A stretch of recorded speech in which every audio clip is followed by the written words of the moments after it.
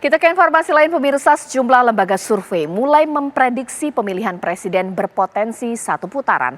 Asumsi ini menyusul hasil tingkat keterpilihan Prabowo Subianto Gibran Rakabuming Raka yang terus naik mendekati angka 45%. Mungkinkah Pilpres satu putaran di saat ada 3 kandidat yang bersaing?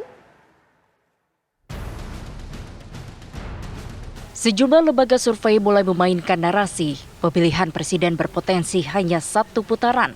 Prediksi ini menyusul angka survei duet Prabowo Subianto Gibran Rakabuming Raka yang meroket di atas 40% meninggalkan dua pesaingnya, Ganjar Pranowo Mahfud MD dan Anies Baswedan Muhaimin Iskandar.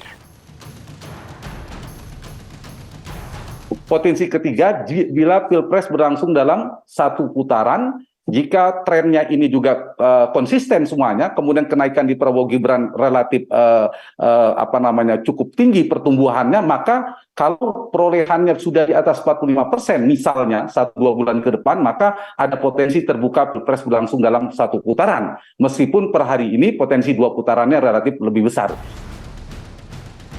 Jejak pendapat terbaru Poltreking Indonesia menyebutkan elektabilitas pasangan Prabowo Gibran berada di angka 40,2%, sedangkan Ganjar Mahfud 30,1% dan diikuti Anies Muhaimin 24,4%. Kendati berada di posisi buncit, elektabilitas Anies Muhaimin justru naik signifikan sebesar 6% bila dibandingkan survei September lalu.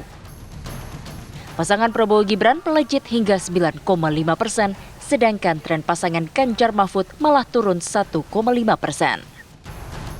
Nah, isu ini juga menjadi faktor yang dilema bagi Ganjar. Dilema itu apa? Kegalauan posisi spektrum isunya maupun spektrum politiknya. Misalnya kita bicara, sekarang semakin kuat Prabowo Gibran mengusung narasi keberlanjutan, sementara Anies dengan perubahannya.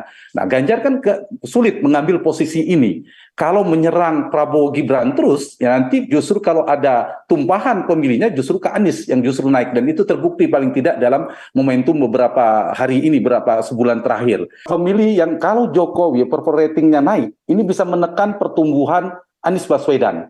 Sementara Jokowi melalui Gibran itu bisa menggusur pemilih Ganjar. Nah, sehingga poinnya begini, betul ada pemilih Prabowo yang kecewa, kemudian pergi katakan 2-3 orang, asumsinya ilustrasinya, tapi di saat yang sama ternyata berdasarkan survei ini temuannya, ada tambahan di basis Jokowi, Jawa Tengah, Jawa Timur, meskipun Jawa Barat berkurang, lebih banyak.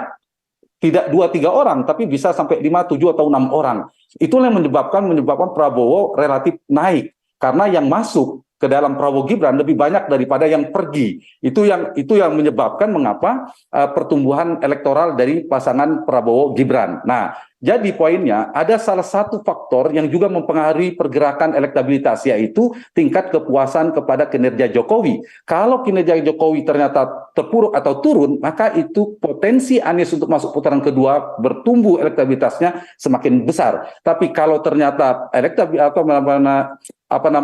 tingkat kepuasan kepada Jokowi ternyata stabil atau bahkan naik, ini bisa menekan pertumbuhan elektoral atau elektabilitas Anies. Nah, di saat yang sama bekerjanya Gibran itu bisa menggeser Ganjar. Nah, inilah pula menyebabkan mengapa Ganjar cenderung turun, karena semakin menyerang Prabowo Gibran, justru yang mendapatkan limpahan elektoral, mendapatkan insentif secara elektabilitas adalah pasangan Anies Muhaimin.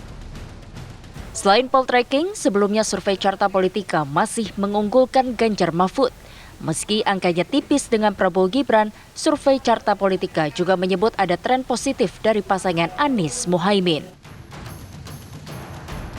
Sementara Populi Center memprediksi Pilpres bisa hanya satu putaran saja. Dari survei Populi, angka Prabowo Gibran menyentuh 43,1%. Apakah benar ada peluang Prabowo Gibran melaju di putaran 1 atau akan terjadi pertandingan ronde kedua? Kalau pengen satu putaran, tidak hanya di sayap mereka yang menggarap basis Pak Jokowi, tetapi basis Pak Prabowo juga harus digarap secara kencang. Tapi kalau ternyata tidak terjadi, artinya Pak Prabowo gagal meyakinkan pemilih lamanya untuk tetap setia memilih Pak Prabowo meskipun dengan memasang Gibran di sampingnya, maka kemungkinan Anies yang diuntungkan. Dan saya setuju dengan Bung Hanta tadi, kalau misalnya itu yang terjadi, kemungkinan besar lawan Prabowo Subianto adalah Anies Baswedan di putaran kedua. Dan yang terpaksa gigit jari adalah Mas Ganjar. Tapi kalau Mas Ganjar mampu membalik ya, tren negatif hari ini dengan melakukan kegiatan-kegiatan yang berkaitan dengan aktivasi untuk meyakinkan basis lama Pak Jokowi dengan berbagai macam cara, karena terjadi penggerusan suara di basis-basis Mas Ganjar, terutama di Jawa Timur, ya, dan Ganjar berhasil membalikkan itu dalam waktu 2,5 bulan ke depan.